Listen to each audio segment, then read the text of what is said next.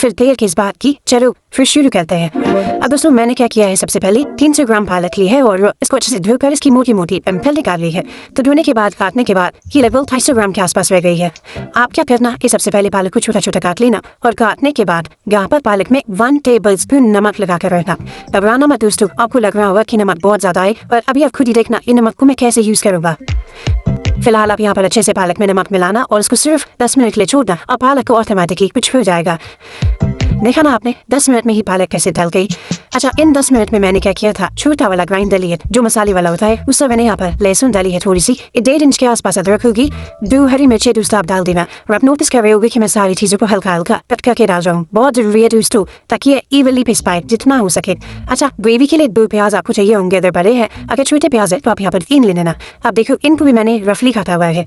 ऐसा इसलिए किया है दोस्तों क्योंकि मैं यहाँ पर पल्स मोड पे यानी कि धीरे धीरे करके प्याज अदरक लहसुन इन सारी चीज़ों को चॉप करूँगा, तो चॉपर की जरूरत नहीं है और ये बिल्कुल दरदरे कट जाएंगे इस तरीके से। अब बस एक बार पल्स का बटन दबाना, फिर थोड़ी देर रखना, फिर दबाना और देखना आपकी मिक्सी इसको बिल्कुल दरदरा काट देगी। ऐसा जानबूझ के किया है दोस्तों, अभी आपको बताऊंगा ऐसा क्यों किया है, लेकिन फिलहाल मिक्सी से सारे प्याज अदरक लहसुन को निकाला और टमाटर का यहाँ पर एकदम फाइन पेस्ट बना लेता। 2 टमाटर लिए है मैंने।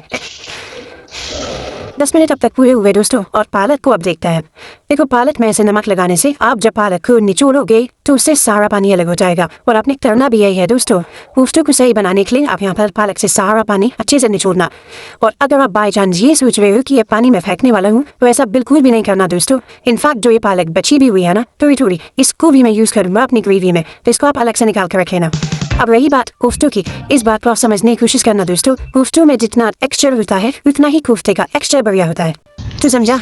हाँ, नहीं तू समझा नहीं, अभी समझ में नहीं आया। पूरे को मैं आपको बताता हूँ। पहले तो आप पालक में ही गाज जो हमने ग्राइंड किया होता ना, उसके 2-3 चम्मच डाल देना। मसालों में यहाँ पर सबसे पहले तो अजवाइन डाला क्योंकि बेसन का यूज होगा, हल्दी, थोड़ा सा लाल मिर्च पाउडर, गरम मसाला भी मैंने डाला है और धनिया पाउडर भी डाला है, जानबूझकर मैंने डाली है ताकि मैं कम से कम बेसन का यूज करूँ। इस बात का लॉजिक आप समझना, जितना ज्यादा आपका बेसन होगा उतना ज्यादा आपके कोफ्ते टाइट बन जाएंगे, हार्ड बनेंगे। जितना ज्यादा पालक प्याज का कटा हुआ टेक्सचर होगा जो मैं आपको पहले कह रहा था, उतना ही आपके कोफ्तों में सॉफ्टनेस आएगी। बस अगर ये चीज़ आपने सही करी, आपके कोफ्ते एकदम परफेक्ट बनेंगे। कोशिश करना कम से कम बेसन में ही आपके कोफ्ते वाले लड्डू बन जाए, बिल्कुल ऐसे। अच्छा, अब इनको पकाना कैसे है ये मैं आपको बताता हूँ। गैस ऑन करना, सरसों का तेल मैंने लिया है यहाँ पर, अच्छे से इसको गर्म किया है और बहुत ही थोड़े से मसाले डाले हैं। 1 चम्मच जीरा, थोड़ी काली मिर्च, थोड़ी इलायची, बस इसी में ही आप यहाँ पर वो जो प्याज का पेस्ट था उसे डाल देना। पर मेरी इस बात का ध्यान जरूर देना, ये प्याज अनइवनली कटे हुए, तो इनकी कुकिंग भी थोड़ी अनइवन होगी। तो मेरे कहने पे इनको मीडियम फ्लेम पर आराम से पकाना जब तक ये एकदम गोल्डन ब्राउन नहीं हो जाते। ये देखो इस टेस्ट तक आप पकाना।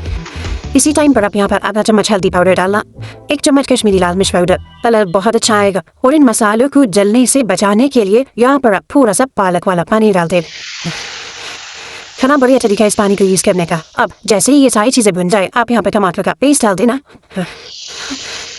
और जितना टमाटर का पेस्ट लगा भी होगा ना आपकी मिक्सी में, वही पालक का पानी यूज करके सारा निकाल दो।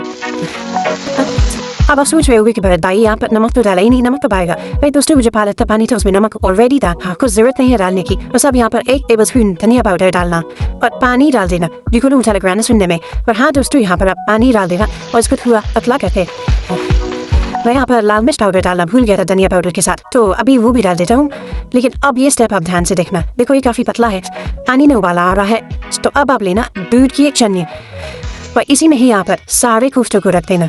मैंने बहुत बड़े कोफ्ते नहीं बनाया दोस्तों, थोड़ा छोटा साइज ही रखा है। 16 से 17 ग्राम का 1 कोफ्ता है और इन टोटल इतनी रेसिपी में मेरे आराम से 8 कोफ्ते बन गए थे। बस ढक कर आपको इनको 7 से 8 मिनट पकाना है, एकदम लो फ्लेम पर। उतनी देर में ही दोस्तों ये कोफ्ते पूरे फूल जाते हैं और अंदर तक अच्छे से पक जाते हैं। ये देखो कितनी इजीली बाहर भी आते हैं।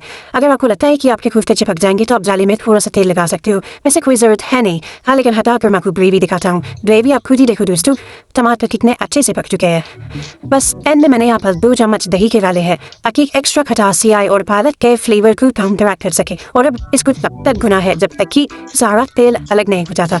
अच्छे से भुना दोस्तों, पालक के पत्ते भी है इसमें, तो जितना अच्छी से बुनाई होगी उतना ही बढ़िया फ्लेवर आएगा। ये देखो मेरी बुनाई तो पूरी हो चुकी है, मेहनत अब पूरी फिनिश है। अब इसकी एक जगह पर आपने पानी गिराना है और इस ग्रेवी को आपने सेट करना है। और पानी मिलाने के बाद इसी टाइम पर आप यहाँ पर पहले तो गरम मसाला और भुनी हुई कसूरी मेथी डालना और फिर इनको मिलाकर सबसे एंड में आप यहाँ पर कोफ्ते डाल देना। इन कोफ्तों को दोस्तों आपको बहुत देर पकाने की कोई जरूरत नहीं है, बस लो फ्लेम पर 5 मिनट ले ढककर छोड़ देना।